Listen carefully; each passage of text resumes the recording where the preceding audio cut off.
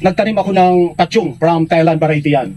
Tapos Yung pakain yun? yung papakain para patsyong, yung Napier yan na variety from Thailand. So binili namin nun, ang mahal nun. Ang bili namin nun parang 15,000 yata yung isang sako nun ng cuttings. So sa Batangas pa kami nagbili ng cuttings. So bigati-ati ng mga dairy farmers na nag-start kami sa pasture development. So tigka-kaunti lang muna. So hanggang sa in-expand ko yun na nag-more than 1 hectare ang natanong akong pasture developing ng patsyong. At the same time, may pumunta sa akin dito from New Zealand na binigyan ako ng seeds yung mulato. Yung mulato is parang pichay ang buto niyan. So, tinuruan nila ako kung paano mag-propagate nun. So, pinatubo ko. Tapos after that, transplant ko. So, nung time kasi noon, more on pasture development ako kasi kaunti ang area ko. Kailangan talaga massive ang tanim ko ng damo. So, ang mulato is magandang pampagata sa baka. Okay. So, galing to sa New Zealand. Meron taga New Zealand na bisita kami from the plant. Sa planta, isa ako sa mga farmers na inintroduce na puntahan ang farm mo ito kasi introduce nga itong mulato kasi maganda to sa dairy, pampagatas yung damong yon. So pipropagate ko yon. So nagtatanim ako ng mais para sa corn silage. So ganun kasi kailangan mag-adjust kasi ang problema ko, yung area ko daily nagkukulik ako ng raffids, ng forages. One time, nakakulik ako ng forages na na-spray nung pandamo sa maisan. So, kaya doon naghinto ako mag-milking kasi yung mga breeder na malalakas kumagatas, napakain ko ng damo. Tapos nagkakaroon sila, nagtay sila ng dugo, tapos parang wala na, di na sila kumakain. So, yung 145,000 na cost niya, naibenta ko na lang 30,000. So, doon ako naghinto mag-milking kasi mahirap na, kasi di na kaya yung supplyan ng pasture development ko yung mga dairy cow ko. So nakukulik ako ng refugees sa iba-ibang lugar. So that hindi natin alam na yung pala na-i-spray ng mga kasi usually ngayon sa amin dito sa farm, dito sa Sinda Salamat, karamihan ditong farmers nag-i-spray na sila sa corn. So kahit nga sa gilid ng kalsada, ini-spray na nila. So yun doon ako kasi nagkuha sa gilid ng kalsada. So actually accidentally garo dahil mangyaro to sinasadya kasi usually dati kong kinukunan yun ng mga refugees. So yun ang nangyari sa akin. Kaya huminto ako sa pag-dairy farming. Pero kung ako tatanungin kung may maluwag lang akong area, talagang very good ang dairy industry. Kasi yun nga sabi ko, daily ang income mo. Na from time to time na kailangan mo. Kasi yung National Dairy Authority, very supportive din sa mga dairy farmers. Ibig sabihin, no, ang advantage disadvantage nung nag-umpisa ka, yung area mo is maliit. Maliit yan. Yan talagang pinaka-constraint. So kaya ang pagbibigay mo ng pagkain is kumukuha ako sa labas. Tapos dinadala mo sa So di natin alam, yung palang nakukuha natin damo, baka na-spray na ng mga herbicide, yung mga pandamo talaga na. So, kaya yung dairy cow mo is affected no. Di na sila kumain, pumayat. So until na bininta ko siya, nag 30,000 na lang isang buwan. Kaya yung 5 ko. Pero yung 3 kong inumpisahan, napadami ko to. Oh, yun. Yun ang napadami ko. So yung 3, ilang piraso ang naidagdag mo? Actually yung 3 yun, before na maghinto ako ng 25 heads yun. So kasi yearly, nanganganak. Oh, ilan? Tig-isa, yung 3 nanganak after a year, kasi dinala sa akin buntis. After 3 months, 3 to 5 months, may nanganak na. So after a year, nanganganak siya kasi ang dairy kasi namomonitor ko yun kasi more on artificial insemination ako. So awang nagme-milking ako, kasi usually ang practices ko dito sa farm ko, umpisa ng mga anak, nagagatas na ako. Hanggang 7 months na pagbubuntis. So kailangan talaga alalayan mo ng pagkain para hindi pumayat. So hanggang 7 months, so 2 months lang ang pahinga ko para di siya gatasan, para ma-develop naman yung colostrum. So pag 9 months, mga anak naman siya, start na naman ako nagmang-milking. So 2 months lang ang pahinga ko sa dairy ko ng paggatas. So 2 buwan ako di magagatas for preparation para makaproduce ng colostrum. So para pag nanganak uli siya, may maganda naman yung kuha niya ng colostrum niya. So para naman preparation niya sa next cycle naman ng pag-milking ko. Yan ang practices ko noon. Kaya yearly, napapaanak ko ang baka. So, continuous ang milking ko. O, yan ang maganda doon dahil yung 3 ko, mahigit 25 heads na yun. Kasi yung lalaking kuwan, kailangan pigbebenta ko kagad yung lalaki kasi para hindi mag-inbreeding kasi iniiwasan ko yung mag-inbreeding. So, ang practices ko dito, more on artificial insemination sa farm. So, yun ang good practice. Yes. Artificial. Artificial. Para sigurado ko na actually may mga semina, imported semina ang ginagamit ko na mayroon nga ako doon na pig-try na imported semen na babae, ang similya pa lang, nadidetermine na babae. Okay. So, kaya pig-testing ko, pero usually ang ginagamitan ko noon, yung mga first ko yan, mga heifer, primerong pagbubuntis. Yung pang-EI mo, magkano naman yung halimbawa? Yung binibili mo? Actually, dahil hindi naman ako nagbibili ng semen, di National Dairy Authority, sila nagsusupply ng semen. So, actually yung 2,000 pesos yung talagang imported na itong sabi nilang female nga ito. Pero usually karamihan naman libre. Libre so, para bang pig-practice me lang na ito nga, parang i-prove na talagang babae. So, bumili ka ng semen imported kasi gusto kong mas may upgrade kasi yun daw semen na yun, galing yun sa magandang mag-produce ng gatas. So, ganun kasi kailangan kasi sa dairy industry, i-upgrade mo ang mga dairy cattle mo para yung production mo next cycle parami kasi ako noon, yung isa ko doon nag-25 liters per day, 20, 15. So, ang pinakamababa ko doon 10 liters per day. Sa experience ko sa dairy, sa pasabaka ko. So, actually siyempre ini-EI, pag babae, ginagawa ko yung breeder. So kaya dumami yung babae ko. Pag lalaki, market. O dinidispose ko Pag rin. yung live weight ng baka, pag binenta mo, magkano yan sa market? Actually, depende yan dito kasi sa atin, hindi ka naman makapresyo ng imported yun. Depende actually, mayroon ako isang baka na ibenta ko ng 70,000. Mga 3 years old na bull, bull. Mga 3 years old na bull, na ibenta ko 70,000. Bakulaon talaga, malaki. Oh, 70,000, isang bull lang. Isang bull lang. Oo. So, regardless of Lalaki. Regardless of weight. Malaki. Malaki talaga siya. In 3 years, nabenta ko 70,000. Sarong bull yan. Kasi yung semen ko imported eh. So malalaki talaga ang breed niya. Ito kung native yun, baka 30 mil yun. Kasi yun ang advantage ko na more on artificial insemination ako para yung similya, nakuha kong malalaki. Magandang klase. Kasi sa AI, di naman nagpo-produce ang production sila na para sa AI na mahinang klaseng breed. So yan ang kagandahan lang. Kasi madiditin mo na talaga lahat na isa-subject for collection sa AI, na ipiprepare ang semen for AI, magagandang klaseng bull yun. Malalaki. So pag nilagay mo dito, kasi ang maganda sa atin, kahit imported yung semen, pag dito yung pinabuntis sa Pilipinas, acclimatized na. Pag nilabas yan, acclimatized yan sa weather condition kang Pilipinas. Adaptable. Yes, adaptable siya. Kasi dito siya na-develop. Kahit imported ang semen, pag dito yung nilagay sa Pilipinas, in 9 months, madidevelop siya sa weather condition ng Philippines. Okay. So pag pinanganak siya, adjusted na sa weather condition ta. Kahit na imported ang sibilya niya. O, yan ang maganda naman. Okay. Ang best practices pagdating sa bintahan, pag lalaki, Benta. benta Oh, agad. benta kasi additional na dadagdag pa yun sa gastos mo kasi imbis na ang pakakainin mo si mga babae lang, basta pwede nang i-market mo na. Usually nga may nag-order din sa kuyan for litson. Oh. Yung maliit pa. Ilang months yan? One pa lang mga 1 o 2 months siguro to. May nag-order sa pwede nga makabili ng baka. Itong lilitsunin talaga. Sabi ko, basta lalaki, sabi ko, magbebenta ko pag lalaki. So usually, may mga occasion na mayroon ka nga dyan pwedeng litsunin. Usually, parang ngayon maiba naman, baka. Sabi ko, meron ako, pero bibenta ko sa ibang lalaki. So mayroon ako mga market na gano'n na system. Masarap ba ang Yes. Baka sa lechon? Masarap din ang lechon ng baka. Actually, next year, magpapalitsyon akong baka. Ano makatikiman na? Papalitsyon ako So, kasi. ang isa pa sa practice kung bakit binibenta ni Mano yung lalaki baka. Parang pababasa na. Maiwasan yung inbreeding. Yeah, so isa yan. Isa pa yun. Pag during maturity nila, kasi di mo mababantay yan. Pag kailangan magbe-breed yan. Kasi pag may naging hit na baka dyan, talagang hindi kahit gabi, titirahin niya. Pag sinabing in-hit no, lalaki man o babae, pareho nag-in-hit. Actually, no, usually, ang lalaki, daily an in-hit kaya, parang kita. Okay.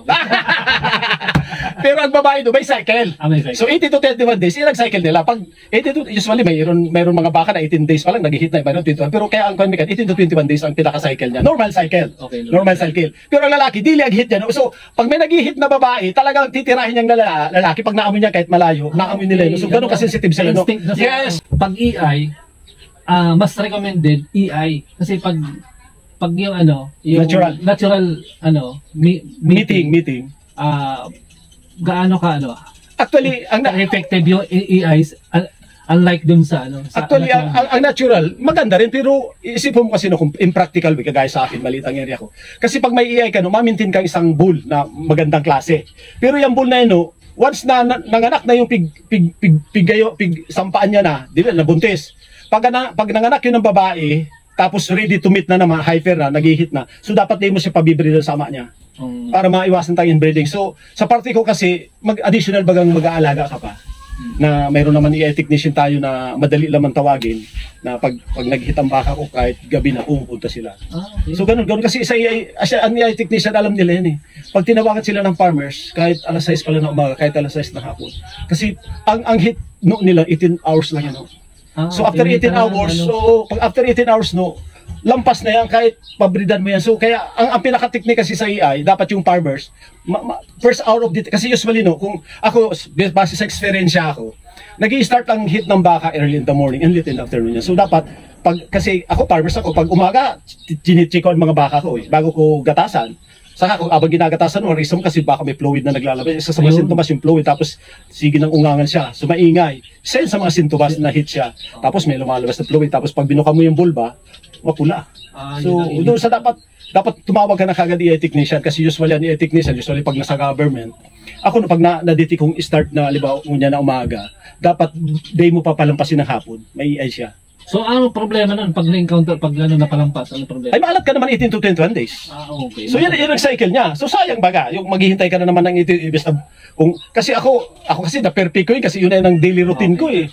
Pag na-observe kung umaga nag-hit yan, so dapat bago maghapon, matawag na kong EI technician. Pag hapon naman na yan, na-detect kung hapon nag-start, dapat early in the morning, bago mag-9, dapat yung ang EI technician. Kasi 18 hours lang yan, ang pinaka-peak niya. So pag na-EI mo yan nung 17, 15, 16, 17, so ang probability dahil na nabuntis. So dapat talaga yung peak, ang peak ay yan, dapat yung mid kang 18, mga 9 hours from starting of the heat. Yan ang pinakamagayon. Saka sa observation ko, based on my observation, pag early stage, karamihan babae. Pag late stages, lalaki. Sabi ko ba, hindi ko alam sa science kung talagang gano'n. Basta, yan ang na-experience ko doon na pag na-breed kong early stages, karamihan na anak noon, babae. Pag ito naman na-breed ko bagang late na nabuntis siya, karamihan lalaki lumalabas. Tandaan nyo mga idol ha, yung first stage is pag early stages, babae ang magiging anak ng babae. Yan ang base sa... And pag late na, usually pag nabuntis lalaki. Yan ang experience. So, how about naman sa di ba, successful na yung artificial insemination. Ilang buwan bago manganak? Actually, 9 months siya, 9 months. Kasi 9 months, parang tao? Parang tao rin. Kaya sinasabi ko sa iyo, ang routine ko sa milking, pag start ng mga anak, hanggang 7 months, pigagatasan ko yan. So, mapahinga akong 7, 8, 9. 7, 8. Kasi 8 and 9, 2 months lang ako magpapahinga. Hanggang 7 months ako nag-milking. Kasi sayang naman kung may 10 liters pa siya per day. Yung panggastos ko, yung sa labor ko, yung sa feeds niya. Kasi usually, may concentrate akong binibigay sa ida, may pinapadilaan pa ko sa iya yung mineral blocks. So ganun talaga mag-alaga, hindi basta lang gagal-agala mo na. Pag dairy kasi kailangan may greasing siya, may cut and carry siya. So full feeding yan. Tapos may mga substitution ko pang cut and carry. Yung magkukuha ka ng damo. Kasi actually yung mga imported ko, base sa experience ako, pag mainit kasi, dahil pa sila nakaka-adjust ng climatical conditions. Kasi from New Zealand, dinala sa Pilipinas, quarantine 1 month, tapos dinala sa amin. So dahil pa nakaka-adjust sa weather condition ta. Pag alas 9 nung mainit na, talagang naglalawin na ako yan. So kailangan ilagay mo din sa cattle shed. So talaga basically, pag madairy ka, may cattle shed ka. Okay. So ako may cattle shed ako, may milking parlor ako. Okay. So nakasiparate ang cattle shed, may milking parlor. Kasi pag alas 9 na noon, pinapasok ko na sa cattle shed and binibigyan ko ng damo. So after na makakulik yung tao ko ng raffages, forest raffages, i-chop namin yan kasi pig-chop ko yan para mas ma-maximize nila ang duot, hindi konti ang masasayang. So may chopper, may forest chopper ako diyan, tapos i-chop yun saka ibibigay. So ang bigayan no sa during na kwensya, ad libitum yan. Pag naubos, lagay. Tapos pag hapon, milking ka na naman. Pagka milking niya, papasok mo naman sa cattle shed, lagay na ng damo. So ganun yan, continuous lang. Kasi para nagbibigay ka ba ng mga injection sa Yes, importante. Kasi usually, ang practices ko dito, before breeding and before manganak, nagdi-deworming ako. Okay. So, ang vitamins ko hindi quarterly, nag-inject ko vitamin E. So para makwenta yung kuya. Pero yung deworming ko, ang kuya ko dito before na kasi usually pag bago siya manganak, pigdi-deworm ko yan. So ning ivermectin pa si internal external parasite kasi usually ang baka may magaropata and may mga phytox siya, may mga ticks. So ang ginagamit ko para isahan lang ang application, yung ivermectin na internal external parasite dala niya na. Pwede yung ini-inject yun? Injection. Tapos mayroon naman diyan na ivermectin na pwedeng sopak. Sa sopak. So ano pinaka-the best? Ay, para sa akin, depende sa availability ng gamot eh. Okay. Kasi ang sopak, kung kayang-kaya mong i-manage kasi mas mahirap bago mag-sopak. Yung i-drench mo yung... Actually, ako nag-practice na yun eh. Tapos, inject yan, hindi sa part 10 or sa may bandang ko. Basta sa bas intramuscular yan. So, depende kung may balbasin ako, yung mga pwede, sinusopak ko. Through drenching. I-drenching gun ko naman ang gamit. Tapos, pag itong ivermectin na nasa bote, na liquid, injectable yun. So, ina-inject ko yun. So usually, mas igwa rin mga baka na mas magandang i-drench mo. Kasi less stress ko ta. Kasi mas masakit yung ini-inject. Masakit ba din? Mas masakit yun. Nakon yun ang baka. Pero meron naman baka mas okay lang sa kanila. so didetermine mo rin kung stress ang titingnan mo para maiwasan mo yung kung ining baka ini, kailangan i-drenching ko na lang sa deworming. Kasi yan ang iingatan lalo pagbuntis na. So dapat may stress ang baka. Magkukan. Saka may shoot ako. Anong shoot? Yung papasukan mo before whatever activities, EI, Injectable. Para pasok doon, di siya makakagalaw. So, less stress yan. Shoot pa lang. Oo, cattle shoot. Cattle shoot. Iba ko dyan. Para pag pinasok mo doon ang baka, lahat na activities mo, pakaiay mo, or before pakaiay mo, pwede mong i-vitamins. Usually, ganoon practices ko. Pakaiay, halimbawa, kung napurga ako na before na nag-hit siya, kasi usually, bago siya manganak, 1 month before na manganak siya, pigpupurga ko yan. And after kaya, before na, kasi usually no, mga 2 to 3 months, nag-hit na yan eh. Pag magandang nutritional kapagkain niya, na-hit na yan, 2 to 3 months, minsan 1 month lang eh. So, depende sa kung ka ng baka.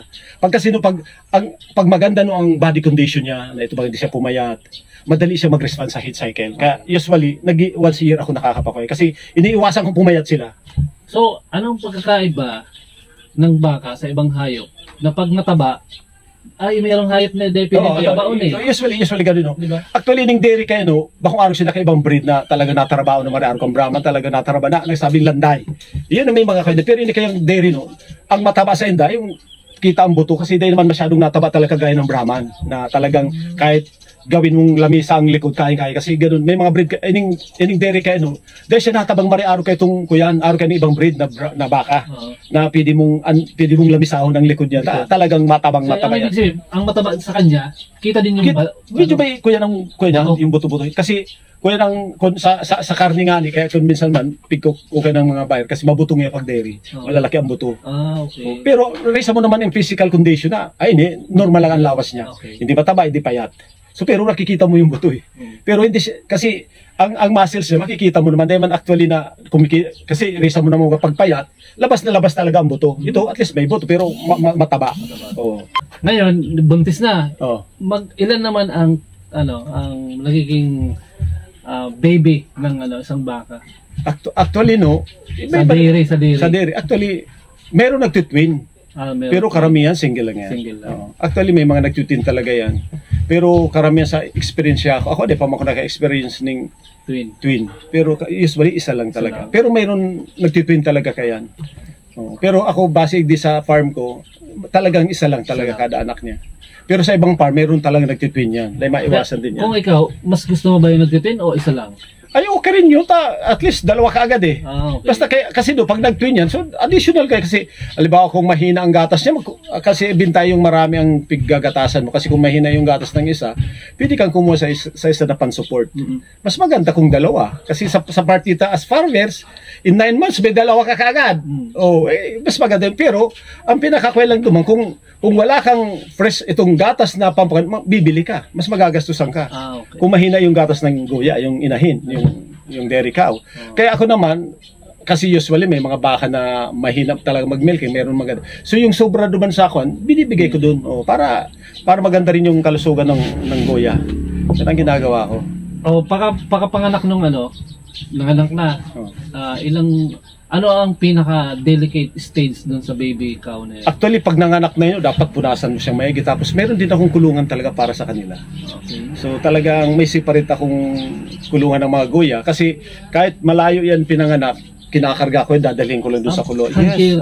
Kasi kailangan alisin mo sa field. Kasi kung usually may nanganganak sa field eh. Okay. Kasi di ba may grazing time ako, di ba? Kung ipig-grazing ko doon sa banda doon, o mga 100 meters ang layo sa kuha, talaga obligal kargahin mo kasi baka tirahin ng mga askal, yung mga stray animals. Kasi usually, ang mga bagong paganak, dapat maobserbaran mo siya kasi may rami baga mga stray animals. So, pwedeng kagatin nila yun. So, kaya pag nakita mo yung nanganak, pupunasan ko kagad yan. Tapos, dala ko siya duman sa kuyan. After 3 hours siguro yun, mamilking na ko sa ina niya. So ini-inject niya mo na yung baby na Actually, ina-iron ka rin siya, binavitamins ko rin siya. Kailangan din, kasi makikita mo man yung affair siya kung talaga. Pero basically, ang pinaka-importante, makainom siya ng colostrum, yung colostrum na tinatawag. Ang colostrum is the first flow of raw milk yan. Itong pimirong, di ba, nanganak siya, yung pimirong piga mo talagang yilong-yilo yan, malapot yan. So yan talaga binibigay ko sa buya. Ito ang pinaka-vitamins. Yes, ito ang antibodies from antibodies. Miski sa tao bagay, usually yan importante kaya pinapractice bagang. Kasi yan sa hayop talaga, ang first flow of milk is in colostrum. So yan ang pinaka-importante para yung antibodies niya Yan ang pamparesistensya ng mga hayop. Miski kahit anong animals na ruminants, talaga importante ang colostrum na matik agad nila after na, usually kahit sa baboy baga, pag gusto na magdidi ang baboy, assist mo sinda. So ganun din sila. Kundi ako, di ako nag-practice magpadidi. So lahat na anak ng baka ko, di nakatikim ng didi yan. Talagang galing sa... Pinipiga ko yung, minimelking ko yung colostrum, binibigay ko sa kanila. Okay. So tigtitrain ko sila mag-inom sa planggana. Tapos usually mayroon itong chupon. Sabi ko, ititrain ko na lang kasi paparahugas ka ng chupon. O pag na-train mo na yung mga goya, usually pag malaki-laki na, pinapakawalan ko na rin yan. Maglakad-lakad sila para ma-exercise. Ilang days yan bago mo At least mga 1 month, hintayin mong maglakas-lakas sila. Pero pag malakas na sila, pinapa-grazing-grazing ko na. Kasi kailangan din, kahit guya lang, kailangan makakain-kainenda mo yan, makalakad-lakad sila. So, totally nakakumpine sila. Sa grazing period, anong oras ang pinaka-the best? Ay, simply, early in the morning, late in the afternoon, para hindi kasi mainit. Yan ang kasi ang mga dairy kasi mahina ang kuha niya sa init. Yan ang experience ko kang mga dairy ko. Pero actually, pag sabi ko sa iyo, kahit imported ko semen, pag dito na binuntis, bago sa ipanganak, acclimatize na sa weather conditions sa Pilipinas. Okay, Pero ako naman, mas maganda yung, at least yung may hamog pa baga yung mga damo. Kasi mas okay yun. Kaysa kang alas 12 na pinapakain mo pa sila. So, kailangan may kain to animals. Pag alas 12 sa kami gigresis. So ako, pag mainit na, ilagay mo sa malilim. Kasi may buhay din yan. So, kailangan din, kaya sabi kain to animals na, parang kita, kung sobra naman ng init, dito na naman kaya. Pero pag presko pa, sige kitang kung anong ginagawa natin sa labas. So, ganun talaga yun. Ganun ang practices. Dapat, tingnan mo rin, i-consider mo rin yung situation ng animals. Kaya kung mainito na, parang kamalang cattle, di pasok na. Tapos na importante, tubig. Tubig. So, basically, sa dairy, ako experience ko sa dairy, pag maulan, mahina mag-inom ang baka. So, ang ginagawa ko, lalagyan ko nun ng molasses, ang tubig. Uy, kasarap, kalakas uminom. Kaya paano yung molasses? Kasi, yung parang pampalasa sa tubig. Actually, molasses maamis. Yung sweet baga ang molasses, raw product yan ng sugarcane. So nagbabakal ako sa pinsumil ng kuya, drum ako dyan. Yan, usually, yan ang saro pa sa mga kuya ko para mas, kasi importanteng dakul mainom ang baka. Kahit mahina ang pagkain niya, basta ang importante ang water supply. Dapat satisfied sila nito. Kasi ang isang balde kulang sa kanila. Kulang yan. Malakas uminom, lalo lalagyan pa molasses. Itong kalating drum ko, hinahati ko yan. Pag na-dilute, actually, pag dilute ng molasses, huwag mo naman susubrahan. Kasi pag nag-susubra, nag-i-elevate sila. Anong ratio? Ito ko yan sana, parang maglasa lang ang tubig. Maglasa lang ang tubig, bako itong malaputon. Kung sa matimpla kitang kape, bako malaputon. Itong tama lang baga na, pag stir mo ang sa tubig, bako man mapula, itong malibugo na nga ang tubig. Dapat itong tama lang. Kasi pag nasusubrahan mo man, naudo-udo man ang baka, nasubrahan mo molasses. Ito lang baga maglasa lang ang tubig man namis-namis. Masarap to kasi dati yung ordinary lang bagang tubig. Tapos medyo lalagyan mong konting molasses, solve na. Nalalasahan din pala. Kaya yung tekniko noon, kahit maulan, yun ang tekniko. Kaya nagtataka sa akin, ba't kahit maulan ang dami mong gatas? Sabi ko, ganito ang tekniko lang. Kasi ang baka ko pag maulan, mahina magrara. Sabi ko, usually talaga yan, maluya yan. Kasi malipot. So, paano mo isa-satisfy na yung kaipuan na dili intik niyang tubig, makukuha niya. So, ito ang tekniko. I-dilute ko ng molasses. Para yung, kasi, alibawa kung mainit, nakakadalawang balde siyang tubig. Pag maulan, baka isang balde, di maubos. O di, simple talaga. Pag maluya, kasi usually ang gatas, sa mga water so, ginagawa ko, lalagay kong molasses yung tubig, di mas marami siyang ma-intake ng tubig. So namimit niya, kahit maulan, namimit niya yung requirement niya na water. Kasi kaipuan din ng katawan nila tubig. So kasi pag maulan, may na mag-inom. Anong effect yan sa dairy industry? May na rin ang gatas niya. So ganun kasi napaprocess ba ganun din from roughages, tapos yung tubig, tapos after pagkahapon may gatas ka na naman. Pagkahapon, ginatasan mong hapon, kinaumagahan, siyempre, pakagatas mo, papakainin mo naman siya. Kasi ako, usually, ang practices ko, during time na pigagatasan ko siya, may concentrate ako nilalagay. Okay. So abang pinagkatasan mo, sige siyang kain. Kain. Ganun. Parang i-replace mo yung kinukuha mo sa kanyang nutrients. Ganun ang technique yan. Abang pinagkatasan mo, i-concentrate siyang kinakain. So para ang kinukuha mong energy niya, i-replenish mo. So, yung nutritional intake, ano ka nang ginagawa? So, sa ratio mo man ning pagpakain, forages, di ba nagpipins ka din? Oo. Ano ang ratio ka doon? Actually, ako ang ratio ko, 10 kilos of the body weight. Kung 500 kilos ang baka ko, dapat, pag yan, maintenance yan dapat, pag 500 kilos ang baka ko, dapat 50 kilos of raw feeds ang makain niya. Okay. Yes. So, Tsatsagaan mo talaga. Tsatsagaan mo yan. Tapos, ang concentrate ko, 3 kilos per day. 1.5 pag milking, 1.9. So, 3 kilos per day. So, 1.5 pagkaagang milking, 1.5 pagkaagang milking. Tapos ang tubig ko, ad libit ang tubig. Okay. Habang gusto magrara, sige sana. Sige sana. O tapos pag pigagatasan mo siya, madagdag kang raw feeds pa. Kasi itong 10% of the body weight, maintenance lang ito ng awak niya. Okay. So habang ginagatasan mo siya, dapat ma-additional kang raw feeds. Kung ano, kaya ako bisa may madrikakaw ako dyan, may pilipil para maiba naman ang lasa. Kasi usually ang hayop, kung napier ko niya, so ako, halimbawa nang napier ko niya, igwa ako dyan ng itong kuya na ibang klaseng damo, para ako naman tapos madrikakaw, ipilipil. So para gano'n bang kakon sa tao, kung pirmi na lang adobo, maumay ka. Kung pirmi bang gulay, maumay ka. So dapat pagkukay ka, kasi ako cut and carry ako kung ano gusto ko, yun, mala sila. Kasi kailangan kainin nila. Usually gusto nilang madrikakaw, ipil-ipil. So, tapos ibang damo, halimbawa may napier ako, after maubos yung napier, bibigyan ko sila ng madrikakaw, yung madahon. Pilipil. So, kailangan din na different refugees ang ipapakain mo. Yan ang ginagawa ko noon. So, naging 25 yung baka mo. So, ngayon, ilan na lang? Ngayon, 10 heads na lang. 10 Kasi, heads na lang. nung time na nagkasakit yung asawa ko, nag-dispose ako kasi yung anak ko yung katulong ko, dalawa na nasa New Zealand eh. Okay, yung dua kong akin na pig-train ko, na graduating mariners, 6 years sa New Zealand. Tapos yung isang kong anak na graduate ng vet animal science, tapos niya si vet, nag-animal science, nasa New Zealand na rin. So yun ang mga katulong ko sa dairy industry ko. Kaya ako naghinto. Kasi di ko naman kaya at may insub 59. Okay. So, saka mabubuti ko maluwang ang area ko. Talaga araw-araw, di ko na kaya magpasa ng damo. Kasi yung binili na ng mga yung pasture ko kabilya na. Tawag na pasture area. Pasture area ko. Binili na subdivision na. Yung mga, wala na. Talaga ang dairy industry, kailangan maluwang ang lupa. Actually, ang kabilya nga, talagang kinukunan ko ng damo, tapos ginigreasing ko yan. Kasi ang style ko ang pigkakat and carry ko kasi sa dami na eh. Ang style ko, ang pigagatasan ko, itong pigkakat and carry ko lang. Yung mga maliliit na yan, greasing lang yan. Pag mainit na, igigilid ko na lang. So yung kamilyang yan, yung si greasing ko yung itong mga heifer, mga junior bull. Pero yung talagang pigagatasan ko, pag alas 9 lang, nakapasok na yan sa nila, sa kulungan nila. So binibigyan ko na yan ng pagkain.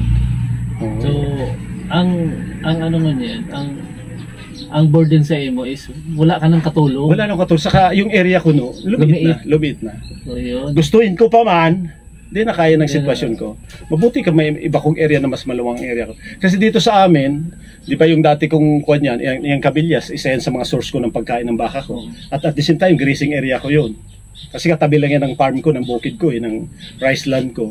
So, paggabi, dinadala ko dun sa rice land ko. Pag araw, dinadala ko dyan sa kamilya yan. Yung dating, yung tinugdukanan ng kamilya. Tapos naman yung kuyan ko talaga, yung mga gatas ko, dito lang yun.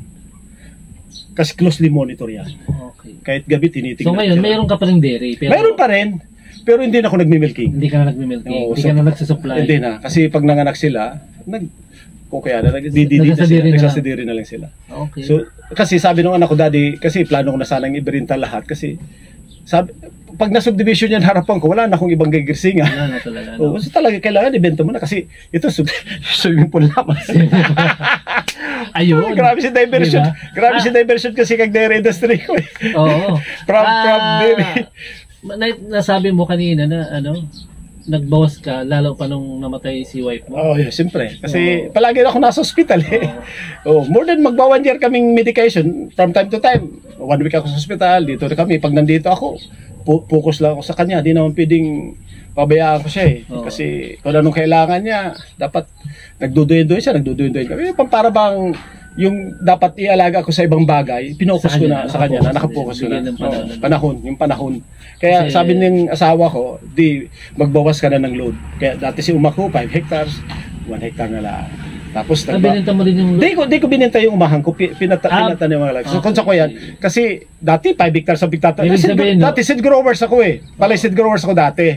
Kami 5 hectares ako tinataniman ng 4 seeds. So tapos may maisan ako, may babuyan ako.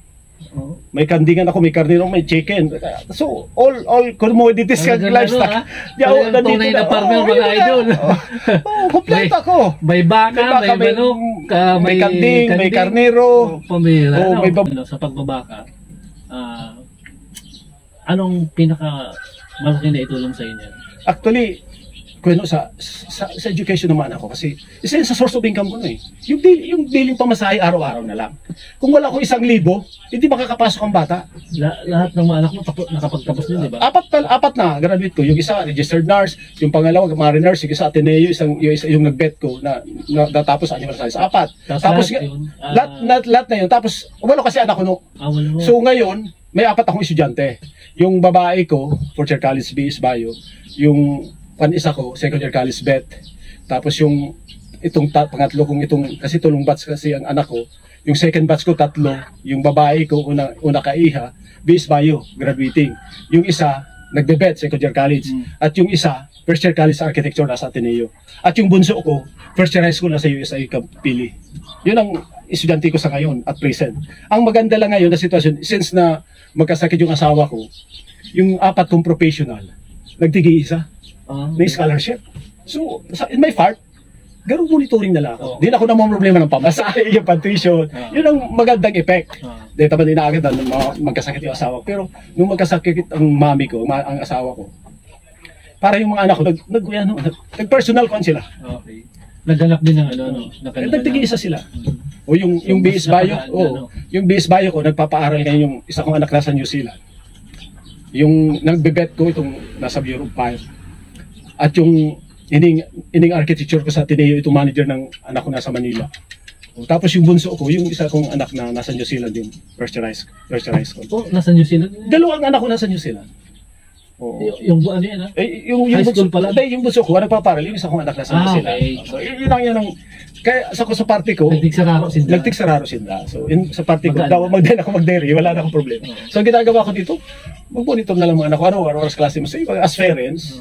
Pero hindi kagaya nung dati na ang gabi ginagawa kong araw. Kasi pamasahe lang eh. Isipin mo kumisan, alas 12 ng bagi, nag-i-irrigate pa ako ng tubig ko kasi pag summer, kasi seed production ako mano. So kumisan, usually nagpapampa ko banggi para madaling magkalat ang tubig. Yun ang ginagawa ko nung panahon na talagang kasagsagan na magpaaral. 4 na college. Gabos na sa private school yan. So talagang... Pero yung sa dairy, malaking bagay. Naigapang mo yung yes. Kasi yung daily income ko, yun sabi ko, ang daily income, pag nakuha mo, napatama mo talaga. Actually ako kasi, based on my experience, talagang big career ko. Kinareer ko. Pero kung itong madiri-diri ka man sa nang day mo man talaga, seryoso, wala, lugi ka dyan. Na itong, more only asa mo sa, ako dawa may tao ako, naka-focus pa rin ako, hands-on ako. Kahit may tao ako, pag makuha ang damo, kasama ako. Close monitoring, magatas dyan, nagtutulong ako. So yung sabing working boss ang tawag kaya, working boss. Kahit may mga tao kita, kasi based on my experience, kung ma-business ka na rin mo man sana matututukan, dahil ka na magnegosyo. So dapat naka-hands-on ka. Whatever activities din yung ka, hindi ka maluloko ng tao kasi kasama ka eh. Yan yung basis experience ko. Kaya ako advice ko sa mga whatever business na gusto nitong pasukan, dapat hands-on ka mo. Hindi ka mo sige ka mong develop ng business, papadakulaon mo. Pero kung di mo naman kayang i-manage, sayang kang effort mo na. Dapat importante, yung ma-manage mo lang. Hindi tamang kaipuhan ng, ako personally hindi ko kaipuhan na ang kayamanan. Kasi pag nagadan kita, dito madadara. Importante lang, yung basically, yung pangangailangan sa pan-araw-araw, makapatapos ng mga aki, yung ibang simple living. Kasi ang tawag kan simple living lang eh. Ano ang kaipuhan mo, igwa ka. Yan ang simple living. Pag mainit, mag-aircon ka. Ayos. Simple living ba? Basically, Ang ano ngayon naman, 10 heads na lang. Oh. Ano na lang yan, parang libangan. Libangan ko na lang yan. Actually, ang lahat kong kuweno, exercise ko na lang. May baboy ako ngunyan dyan. Pag may panulam, katay. Kaya anong kuweno? Kasarong nagpakatay naman isang baboy na po. Nung July 1, nagpakatay isang baboy. Noong August 6, nagpakatay isang baboy. Pag yan na lang, ako actually, bako sa pagyabang nag-aalaga ako just for the consumption of my family. Nagtatanim ako ng palay. Yes, nagtatanim ako ng palay kasi 5 hectares na dati ang rice land ko, kasi seed growers ako dati. Ngayon 1 hectare na lang. For family consumption na lang. Kasi ano mo naman baga ang farming, ang rice, malaki ang production cost mo. Barato ng paro. So ako, ang ginagawa ko pagpaani ko, papabilad ko, stock sa bodega. Pag may ako bagas, mapamuli. So yun lang, ito bagang ang needs ko, dapat, actually ngayon sa garden ko, sabi ko ma-start naman ako magtanong vegetable kasi napabayaan ko nung na-hospital siya ako. May isang plat ako na talong, isang plat na kamatis, sili, okra, yung mga pangangailangan ng family mo, yun lang, self-sufficiency na tinatawag. Kasi usually magpapaisip kang dakulao na sa sadit nga ni tayo mo. So mag-start ka sa sadit. Kaya ako, ang practices ko dyan sa vegetable garden ko, sarong plat na talong, kamatis, sili, okra, other crops. Na kung ano man ang kaipon mo, iguahang kukunan. Oo. Tama. Ibaga. Kasi at least, sigurado mo na dahil spray. Kakakanon mo ang gulay. Yan, may pichay ka dyan, press. Usually ganun yan. Kaya isa kung actually nagde-develop akong swimming pool. Yung ang target ko, meron ako yung pispan may pispan kung may pang-bandwidth ka, magbar-bandwidth kita dyan kung narin. May pispan ako dyan. Kasi kasi actually ako naglaga akong swimming pool, pero ang purpose ko, bako lang magkarigos. May pispan ako doon kasi may mga kliyente kita. Usually may nag-i-read din sa kuya nagbabarandwidth, Ang nabandwidth nila, babayaran. So, ang babayarin na si Trill, kung gusto nila tilapia, sa palengke na mabaraka. Ibaga, urog mo nagbarandwidth ito. Ugura na sir, 150 lang ako ang kilo. Pag nakabandwidth sila, usually magkatulo lang. May sira dyan. Makatulo lang ko ang kilo na. Tilapia. Kasi pre-ploy ba ako na nagpakayan akong solar. Actually, may solar na ako. Nag-invest talaga ako. Ang aron ko solar. Piling ko sa iyo dyan. Nag-invest na ako. Solar. From dairy industry, nag-ilibit ako paluloy. Pero dyan ako nag-start sa dairy industry. As farmers. Kasi, kaya kung man ilibit, di man sinasabi na farmers kita, hanggang dyan na lang kita. So, gusto ko lang ipailing sa community na ako, nag-start ako sa araw kayo. Dairy farmers, rice farmers, corn farmers, may origan. Kung ano, kasi ang livestock, garo. Sabi ko, garo na si Suni dati. Kompleto na. May salampati, may rabbit. Mga idol, parang nakita ko na, itong lugar na to, parang gustong gawing eco park. Eco park, actually. Eco farm, tama, eco farm. Pwede sa eco farm na rin. Yun, Banyadera sa eco farm, yun. Eco farm na rin kasi, kaya may swimming pool dito dyan, may pispan ako, may vegetable gardening, may agro-eco farm ako dyan, tourism, may kakuyan ako dyan. So, ganun kita develop ng area. So, pwede lahat na available na resources. Bigla-luwain talaga. Ito pa man actually develop to. Balik ako sa sa pagpaparming ng baka. Kung may pagkakataon mo, alam mo, meron may gustong mag-engage sa dairy farming. Ikaw bilang isang eksperyensyadong dairy farmer, willing ka ba magbigay ng tulong sa kanila? Ay, yes. Di ko pagdadamot ang knowledge ko kasi yun lang yun ang kayamanan tayo. Yan sabi ang kayamanan tayo, di mahabol. Whatever experiences, knowledge na ako kasi before before ako nag-dairy ko yan, nag-work ako sa foreign paddy project. So, naging manager ako sa Northern Luzon. So, naghawak ako ng 1,000 hectares na cotton and 100 hectares na corn sa Northern Luzon. 5 years ako sa Northern Luzon before after my college graduate in CDSU, CSAC. Nag-work ako sa Laguna, 1 year ako sa Origan, and after 1 year ko, na-transfer ako sa Pangasinan. So nag-manage ako 100 hectares na corn, and 1,000 after years, kasi from technician ako from technician to supervisor, naging manager ako. So, kaya kasultiro ako kampanang dumang ko pikoy sa Northern Luzon. Kaya naagong po Ilocana. Okay. Isabela. So, ito ang nadili siya tanong ito sana yun. Nagluwas kita sa Bicol. Yan, mga idol. Yan ang pinakamagandang mga pangyayari sa buhay ni Manong Bob from dairy farming. Pero ngayon, nag-expand na siya. Yun. Mamaya ikutin natin tong lugar niya para magkaroon tayo ng idea na about dito sa bago niyang truck Na Eco Farm. Eco Farm. Eco Farm. So, yun. Ito pala katanungan mo na I'm willing na magtabang sa ini.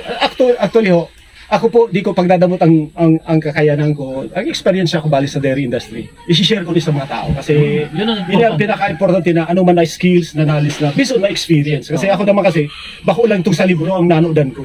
So pira ka nagbabasa-basa kita, big hands-on ta si trabaho. So hands-on ako. Actually man sabi ko sa mga aking tanan niya social, boy, kung ano ako na baka pwede ako mag-employ.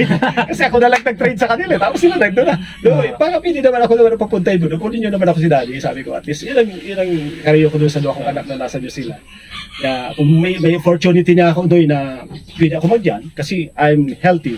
Sabi ko naman, pwede ako mag-work. Kasi para naman niya ako whatever project ko i-video, kailangan ko financial eh. So at least mas madidevelop mo kasi kung mayroon kang financial. So sa dito talagang nahiya na rin ako para hingi sa kanila. Pero importante, basta ang assurance po ng any na gusto mag-aganding advice. So willing po ako magtaon ng anong pa man na isi-share ko yung experience ko and knowledge ko sa dairy industry. Not only dairy, sa rice production, sa corn production. Kasi actually ngayon may corn ako, may rice. So, yung integrated farming kasi ako. Integrated farming. Hindi lang ako focus sa isang crops. So yan ang knowledge ko na base sa experience ko sa trabaho kasi nag-work ako sa foreign funded projects na talagang iba man talaga ang orientation kang ito mga pagtatrabaho na hanggang day mo natatapos ang trabaho dapat magtrabaho ka daw banggina. So bako kitang naka-kuwensa na sa 8 to 5 hours. So kami nung nasa foreign funded project kami, pag nag-start kaming aga, dahil natatapos hanggang orin, dapat tapos kasi may target time ka hindi. Na dapat ining project na ni ma-accomplish. So ganun baga yung nanodan ko duman na experience ako, ginagamit ko sa pansadiri ko. So yan ang magay na yung whatever experience na nakuha mo sa pagkikitrabaho kasi usually more than 30 years din ako nag-work sa different companies. Hindi kung bang sabi ko ano daw kung sinanodan ko duman na pwedeng i-apply sa diri ko na, ginagamit ko na. So hands-on experience, sa mga experience ko. Words of encouragement mo last para sa gustong mag-engage sa dairy farming. Actually po, baka may makapanood nito eh. Yes. Actually po basically ang first requirement kung ma-dairy ka, dapat may area ka na i-consider mong area. Kasi mag-start ka sa county, okay lang 'yun. Kasi ako nag-start ako sa Tulo, nag 25 heads. So hanggang sa may mga kuyan. So kung ma-start kita, kailangan po yung area ta suitable sa dairy industry kasi baka po yung heli. Mas marami. Dapat medyo plain man siya tapos ang requirement po dapat may pasture development kita. Kasi sa dairy po pwede yung grazing lang. So kailangan po mag-develop kita ng at least mag-develop muna kita 1 hectare ng grazing na different grasses na doot. So para naman yung papakain natin sa damo kung ngayon napir sa agaw kuya, iba-ibang variety na it is supportive na pampagatas kasi importante kasi sa dairy yung papakain mo sa kanila ng mga damo or any refuges na forages dapat kasi may mga duot na pampagatas talaga yung mani-mani sa mga requirement nung nagpamindan ako may yung mani-mani no yung bang yung nagdiburakil yellow dairy ko yan sa baka igigreasing mo yan kasi may mga damo kasi po na feeding igreasing. So kay po ni cut and carry. Pero yung mani-mani, yung mulato, pwede mo yung i-greasing. Pero kung gusto mong ma-maintain kasi, pero ang napier wag mo i-greasing, namamatay. So dapat ang napier, cut and carry yan. Tapos yung ibang mga variety na damo na pwedeng i-greasing. So usually ang pagde-develop ng pasture development kasi wakang parting iniyo nga for cut and carry, iniyo for greasing kasi usually kung demo naman na hukay na nag-grease na cut and carry, di pwede mo i-greasing. Pero yung ibang variety na forages, kang napier, dapat demo i-grazing yan. So dapat cut and carry lang yan. So basically po ang importante ang area tapos may marina source na tubig. Kasi kung mga area na mahing tubig, kung gayon ang area mahing tubig kasi basically kaya po naman rin ang tubig sa dairy. Kasi sa paglilinig kang milking parlor, kang cattle shed kasi basically kaya po ang tubig. Tapos ang inumo nila dapat kung anong pigi-inom kang tawo, iyong ipapainom ba ko duman sa sapa-sapa. Yan ang basically requirement. Dahil ka magpainom, usually sabihin ka namin sapa-sapa ang farm mo, pero kasi dito na iwasan na itong sapang ito may naglagay ng lason. Usually ang mga baka sabi mo, namatay yung mga baka mo dahil nag-inom dun sa sapa. So dapat, kung pwedeng maiwasan na ang baka, may inuman lang sila sa cattle shed na kung ano pong pigiinom kan mga caretaker mo, yun ang papainom. Or yung ika mismo kung ano pigiinom, potable water na sinasabi. Na para maiwasan tapi inong-inot yung mga ticks and worms. Kung saan lang yung nag-iinom, piling may mga may-intik yan na makakalog sa bitukan nito na makakapik pa na may mga ulo. Ito ba yung kuskang mga ilan nila dahil sa tubig. So may mga ilan kasing sa baka na nakukuha sa pigiinuman. Ano po, yung mga pigiinuman dyan na nagkasakit si baka mo dahil nag-inom sa stagnant water. So kasi kaya dapat i-consider tayo yung may tultul na tubig kang source. Yan ang sa basically ang mga requirement. Ano. So basic yun. Tubig. Recap kita. Yung sa area. Sa area dapat consider mo area. Consideration niya. Dapat bakong hili ta, baka kung baka magpagkarlapo. Lapuan yan dyan, magkaurulog yan. Area, pandawa. Yung dapat mag-develop ng pasture development, tapos tubig, water, tapos yung piece in order. Piece in order. Meron pa yung ano, cattle shield. Cattle shield. Dapat tapos may milking parlor ka. So yun ang mga basically yung mga basic start ka basic Okay. Kasi inuton mo baka yung lugar mo medyo ka ng piece in order, baka pagparalapawan sa nang baka. Usa ka bonan diyan. Baka lagi tayong pista lagi Usually isa sa consideration yung ako actually di sa akin umpisa nung mag-dairy ako, di naman ako nanakawan nung mag-start na ako dito. Yan ang importante yung tapos yung katatabi mo, dapat barkada mo lahat. Yung paralapa. Paralapa. Isa ko considered mo yun. Okay. Kasi baka pag paralapa o ng baka mo sayang kang investment. Tama naman. Tapos siyempre normal, yung fencing. Usually duman sa ibang mga improved farm, kuryente lang ng fencing nila. Kasi ang style mo, kung maluwang ang area mo, matikni ka para dahil masyado, alam may 50 hectares ka dyan, ipapadak-padak mo lang yan, pag-aapaton mo lang yan. 50 hectares nga yan. So para, alibaw nga, nag-racing ka, yun na week, igdilan. Sarong part. The other week, igdilan. So 1 month ang cycle mo. So ang rapid is dahil kisa ka papabiluhin mo lang sila sa buong area. So alam mo, may 50 hectares kayo, chachap mo, papag-apaton mo lang, padak. First week, igdi sinda. After a week, igdi naman sinda. So mabalik ka igdi, magayon naman, ano 1 week, kaya naman ando. So dahil mo pagpabiluhin sa buong area mo ang baka, kung mag-racing ka lang. So dapat ipapadak-padak mo yan. Yan ang technique sa dairy. Para nakaka-growth na marirendo. Takon, steady lang yun. Kasi actually ang baka no, dawa magayon nun ang duot no, pag natumakan na yan, naiian, nauduan, dahil nakakakanon. Yan ang nailing ko dyan. Kaya dahil ka magsabing, maduuto man nga dahil basog. Kasi nauduan na. Naiian na, gano'n kasi sensitive sinda. Kaya kung, alimbawa, may area ka na gusto mo, 50 hectares, papagapaton mo, padak. 1 week. So, mabalik ka after a month, magayon. Kasi sambulan ng cycle mo weekly. Pero kung the whole days na dyan, ay sayang. Pagpaparalako-lako sa dyan, nauduan niya. Dahil napapasok. Kasi pag naiian niya, nauduan, dahil na naintindihan mo. Dawa maduuto niyan. Mangalas ka mo, niwangon niyan mga baka ko. Kasi dahil naman ito ito tamay ihi na may ulo. Pero kung papahingulan mo sarong simana, after a week, lipat mo sa sarong padak. Basta ang cycle mo, kada week, sarong padak. Hindi mo na nga kamukabos. Kung yan na week. Depende sa area. Kung depende sa baka, alibaw, kung dikit malang baka. Tapos hindi naman ang week. Kung ano sambulan, babalikan mo itong first week. Magayon na naman si Duot. Ano kaya ng technique? Kasi ang field dawa, magayon na ang pasture mo, magagaling nga ng Duot. Pag pinabuilo mo ang baka mo dyan, sige, sana nalakaw, maghapon, irikot-ikot yan. Pag ito na, uduan, naiian, daw magayon ng Duot, na kinakakan. Yan ang technique sa pag-racing. So dapat ipapadak-padak. Usually, may bago rin yung technology. Kuryente lang, no? Ground lang. Usually, doon sa New Zealand, ay pa ako nakaabot. Kuryente lang, no? Alam mo yung padak na yun, may kuryente lang. Pag nagbutang baka, ikon sa kanya, ground sa nalay, man kaganda nun ang baka. Ikaw na battery operated lang daw yan. Bako man talagang live. Pero, pag nagduta naman ng animals, hindi kita babal nyo dyan. Kaya lang. Dahil na kayo po, dahil basable ang barbwire, nakudal. Lulugad. Pag nagkuya dyan, sa akin dyan, lulugad. So, dahil basable sa pagpinsig, dahil basable sa kuyan, sa bakahan ng itong kuyan, barbwire. Kasi, pag nagsagi dyan sa gilid, magkakarulugadan. Usually, ang teknika ng ibang farm, ito talagang igaground lang siya na sarong kuya lang yan, kuyan. Tapos, tayo siya doon mabalyo. Araw lang yan mga ibang teknik. Kung malawang area mo na gusto mong i-develop sa dairy industry, araw ka yan. Ayos. O yan. Marami tayong natutunan ngayong araw na to dito sa farm ni Manong Barb, Banyadera. Ayan. So, ikot tayo mga idol dito sa para makita natin yung farm niya at saka bisitahin natin yung cattle shield, tama? Yeah. Para makita natin yung mga meron pa siyang natitirang mga Meron pang maduming natitira. may mga natitirang pang mga dairy. Dairy ka pa. Dahil kaya operational. So, pero at least natuto tayo yung mga technique na dati niyang ginagawa sa farm niya dito. Pero ginagawa niya pa rin kasi may farm pa din siya ng baka. May baka pa rin. So, ikutin natin. Yun.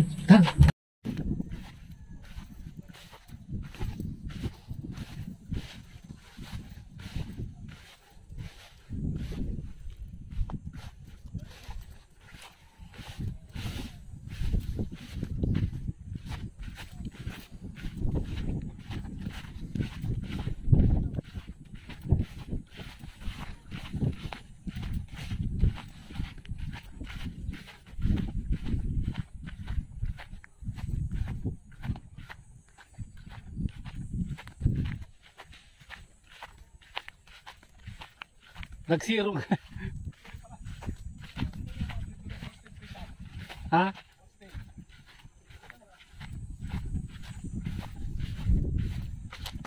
Ano nga pagkano? Holstein? Holstein, very good. Holstein. Yun na lang yan ko yan. Yun na lang yan. Garap na akong tumamag. Hindi ko wala pa. Wala pa man? Kisa kasi mga natural ta. Okay. Okay. Kasi sinila hindi sila mama.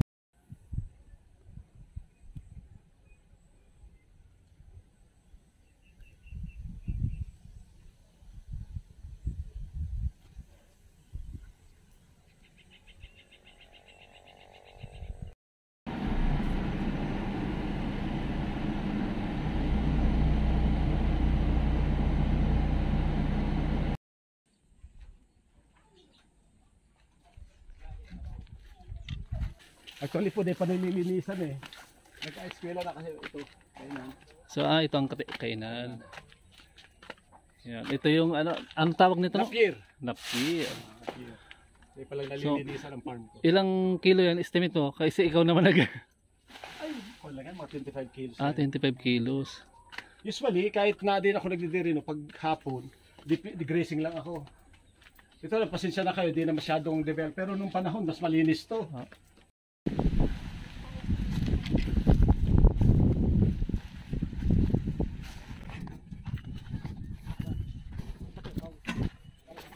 Kinalat talaga pala. Yan, tapos yan. Ano purpose ko yan? Huwag mo haganan. Sa ko yan yan, children's school.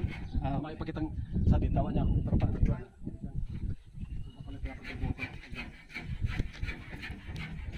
Supportin sino?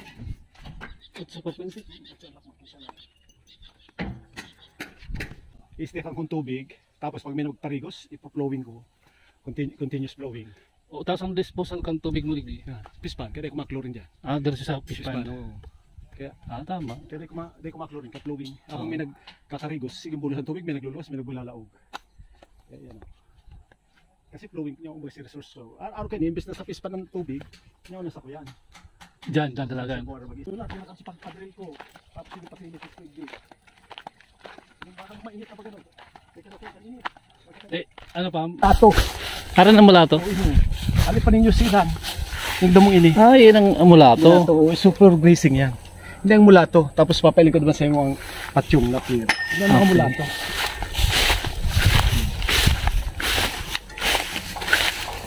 So, develop ko na ba? Pasture yan. Puro siya mulato mo. Yan mga mulato yan. Develop ko na yung pasture. Isa yung tractor mo kang swimming pool mo? Yan lang, no? Ay, ka lang mismo? Free flowing na ba ako noon? Wala, maparang mabit kita. Wag dito ata. Gusto mo maglibang-libang. Nag-i-schooling si Manong Sonte ay.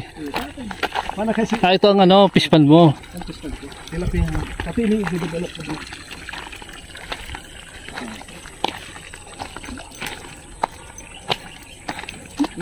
Gora no si ano?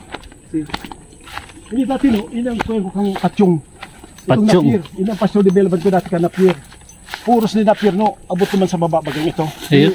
Hindi si dating napieran ko, yung patyong, pasture development ko dati no. So yan, kaya sa pasture development ko ni dati. Pwede pala nag-elevate ka kasi kuwenta. business. Ayan sabing nag, ano, may development. Improving ba kung breeding? Kung kagto nakikianing, yun ang nagpapaani. Yan. Kung nakikianing sana ko. Ayos ah. Nakabakalakong daga, di ako na nagpapaani. Ayun si, nagpuon kita sa nakikianing lang kita. Para may pansarasap na. Di-develop ko ginari nino. Ako marami na sigla. Di na nag-ano? Di na nag-irigdik, ako na nagagastos yan. Ako na lang, ako na sarang mag-ig.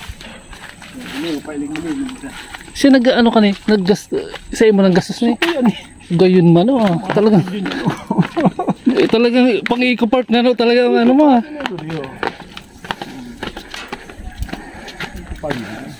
Gayon na. Pwede pag-igdi mo no? Maapa. Duman pa kita sa gilid. Dahil kayo pinagi niya kong pinsan ko, kaya... Di ka na pinagi? Oo, kaya ko para di ko ma-stress. Pinagalan bagas kami dyan.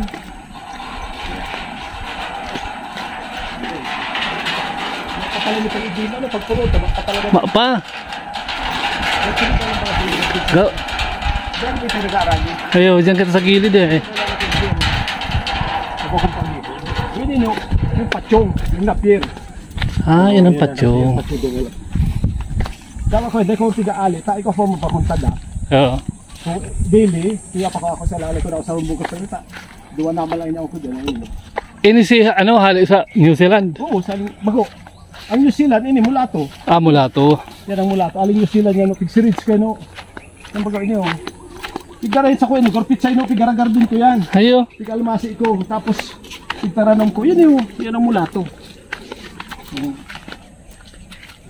Paano talaga? So, hindi alam po ng vegetable manok. Dati ta, Oo. pero different vegetable. Yung sarong plat na pichay, basta different kinds. Para may po yan. Kundi ko nakapokus na niya ang gumisi yung mga trabador ko sa swimming pool. Yun eh. Yan ang farm ko. Vegetable farm. Oo. Itong tubig mo, continuous lang yan. May flowing ang tubig ko. Ayun, magay ng ano, no? Yan tubig ko. Yan ang kukwenta. Ini ang vegetable area ko. Actually no, kung mapag-ibo ako din sa dit na tapos mag-ibo ako din ko yan. Function hall na sa dit. Okay. So, ang bisita ko igdiyo, kuya na, yung alibaw grupo-grupo na lang. So, tapos igdiyo, ang purpose ko, si mabakal, yung maguno. Okay. O, alibaw may tanom akong talong, gusto mo magbakal talong, ikaw ma-harvest. Oo. Kamatis. Kung ano man ang ano man may tanom ko igdi sa area ngayon. Ang mabakal yung ma-harvest. Nag-stop na pala so ano no? Aray, kanag-irigdi kaya ako na kayo naglilingting ko dito. Pinapokus ko muna doon sa swimming pool. Baka after duman, baka next week pairigdi na sinda matanong girara ko mga gulay. O yung lakatan ko noon, lakatan. Okay, isa. Tigtara naman kong batag si Ayan. Aloy, kap na pala din nakaig di. Ano? Aloy na? Aloy na. O yun eh. Tapos kamuting kahoy. Ano ni? Ano ni? Aratilis. Aratilis sabi ko na. Ariel. Duwag din. Dardarin mo Ariel. O yung kahoy na yun, sa kuya yan, mahogani no? Mahogani yan. Mahogani plantation. Magayon talaga ang, ano mo no So pagbayo ka dyan, dyan ang rice area ko mo no? Kundi nga, hindi ko nakauma. Maorg sa, may source of water talaga. Palibot sa salog, ang mga itong area. Yan daw, summer no, din natin. Din natin yan? Talaga, din ano.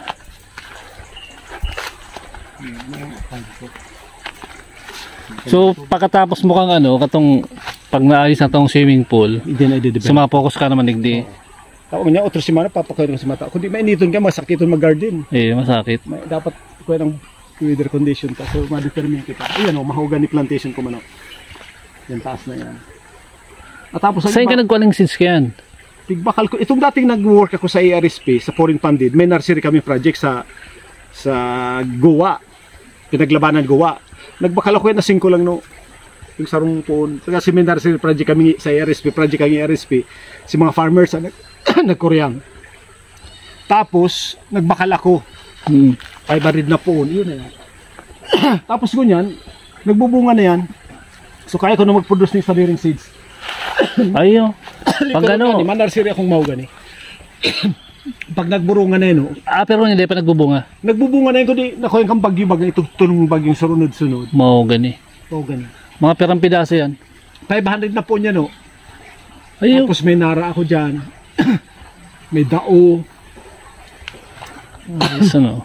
Iba ko, mga rambutan niya, no? Mga rambutan niya. Okay ng ano, place mo no.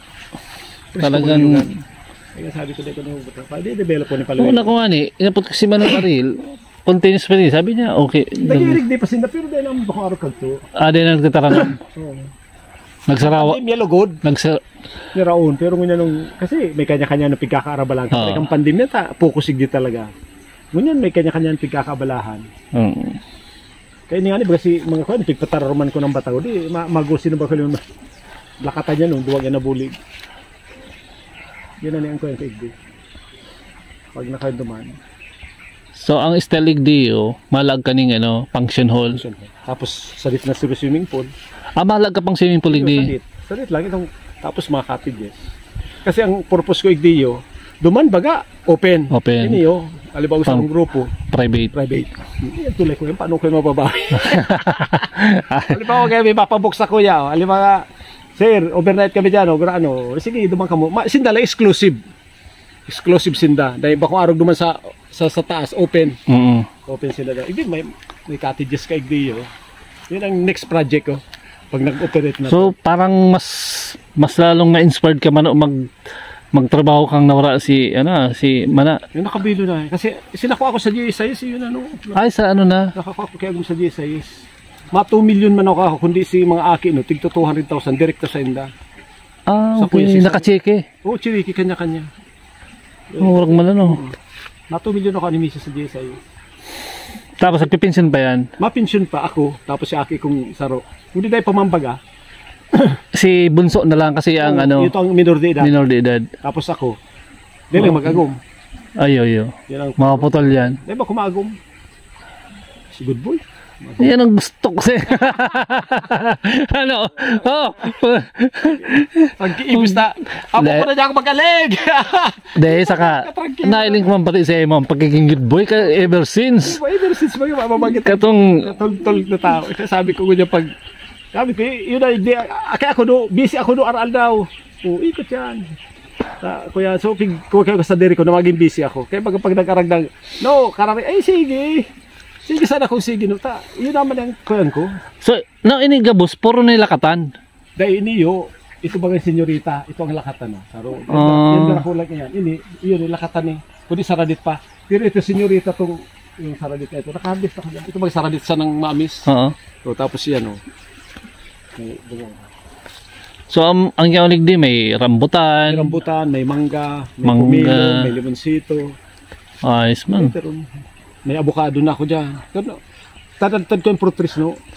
Hindi ko ano, fruit trees ng palibot. Ang sa imo, ini lang may parteng ini. Pati doon sa balyo, kundi ini lang abot dyan, abot duman. Yun lang sinabakan. Iyan sa menyug na to. Abot lang sa menyug na yan, yan sa kuya. Ito sa balyo, ito sa pinsan ko na to. Nabakal niya man. Ayos. Ang uma ko dyan sa taas na yan. Ang seed production ko dati. Ano, dalawa. Di ka na nag-uuma. Iyo pa, sarong hektarya na. For family consumption. Di, iniumahan mo ni Day. Dahil na, grising na nun yun. Dahil si bakong baka. Ayaw dyan. Pwedeng ilong ta?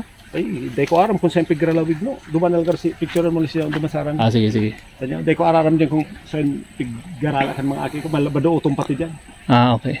Akit yung magpararabas-rabas yun. May initong pati. Baka may halas pa, no? At least duman sa balyo lang na ito. Araram. Yung diba nagsisuruming sila? Sento si, ano, itong pig para pairingan ta. Ay, ito mahal yun. Itong source ko. Ayun na tong ano. Itong source ko. Trip lang ito pala. Ini ba ko karakter ko sa buwan ni kanto. Tignan rin may kang regular kaya sige din karakter regos. Sadit na pool. Flowing. Sparing tayo. Itong source ko doon. Ito gagawin. Ito baka magbalin sila. No? Oo. Itong hararaman, no? Sparing. Okay. Let's go. Tapos nakaikot kita rin niya. Pagkaabot mo pala ni pag hindi mo mapantulay. Nagpupuon pa sana. Iyo, nagigiribo kayo niyo. Itong Nagpapararating niyo pa dyan dadali si Ariel na yung madidispayo. madidismay pa si Manong Ariel. Kaya ako Ariel ay. Papaha dito. Parang you know, source ka nino, alin na yun naman sa flow. Abang kayo, sige ang bulis mo. Dahil ka pinsasara sa mga... Pre-following pala niyan. Alin na naman sa source ko. Hindi ko pinapay-restart kayo si mga trabador ko swimming pool. Ang mga taga-ligaw yan eh. Ah, okay. Mga bistado mo, Sinda? Pwede may hermano kayo, mga contract, mga formal ni hermano. Ako lang mga kuya, display, nagpasildo ako. May guitar 10,000 na si Mana. Tira? May guitar 10,000. Pag full post complete yan. Uy, yun, pagka-exercise mo, gado kong ka na. Ayun. Mga pa-uma ko, sarong ikot sa uma. Gago, matod ko sa bunso ko. Kasi ko, sa bunso naman lang sa first high school. Pagkagatod ko sa yung isa ay. Kung kalaman si Baga na o. Taba pati oh. Oh, may ano ka pa oh. Ito ka rin para kayan. Magic fruit. Yan. Bundar ko lao dyan. Oh. Hindi ulit. Ah, miracle fruit. Miracle fruit. Hindi pala pakaig di ba? Hindi na baga dati siya. Bitaw. Hindi ko dalawa ko ng pinsan ko. Kabatanong kang guys. Ganun sila sa kuya. Half million nyo. Half million eh.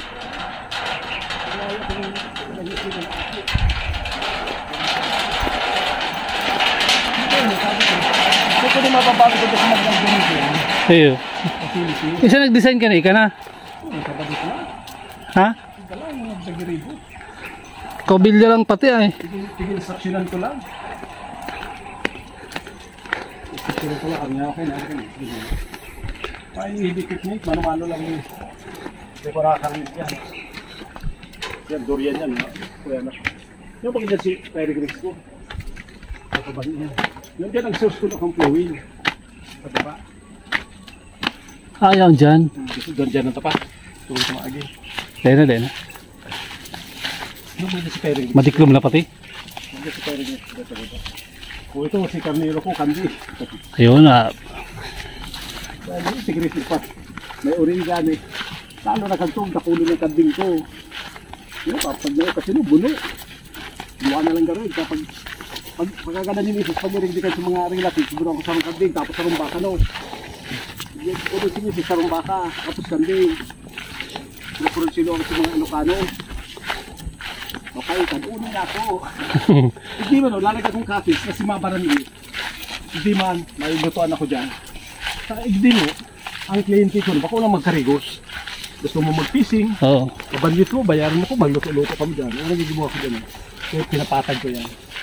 Ang target ko, hindi baka lang masurin yun. Tapos kung may gulay na ako dyan, gusto magbakal gulay, mahad ka mo maharbis. Tilapia lang yan. Ano? Tilapia lang. Ano ka lang no? Siganding. Rani-rani ako lang.